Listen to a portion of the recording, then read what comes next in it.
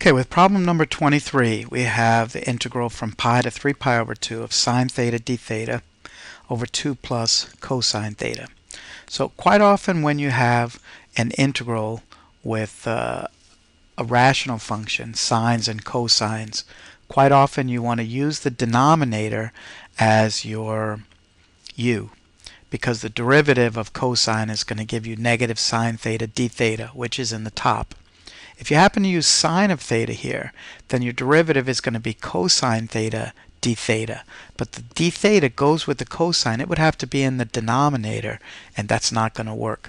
So you can try it out on your own, but let's go ahead and use, or let u be equal to 2 plus cosine of theta. Then du, the derivative of 2 is 0, the derivative of cosine theta is negative sine of theta d theta.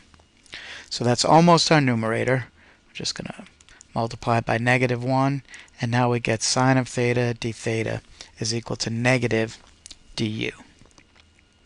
So negative du over u is the basic format of many of these problems, and you can see why the answers then have the natural log.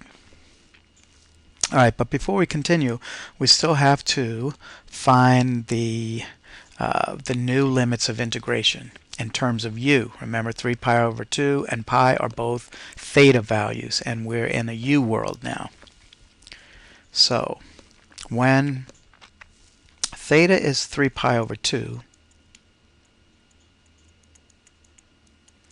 u would be 2 plus cosine of 3 pi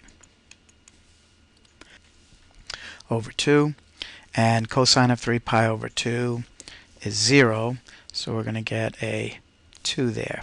So we'll have a 2 as the upper limit.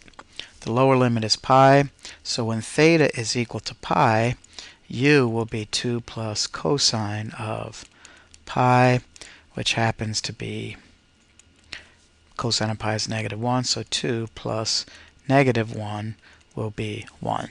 So our new limits of integration are simply 1 to 2. Alright, so now we're going to find the antiderivative of du over u. That is the natural log of u. We don't have to worry about absolute value here because our limits are both positive, going from 1 to 2.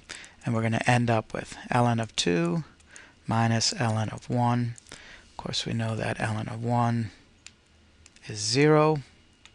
And so we have negative ln of 2. That's it.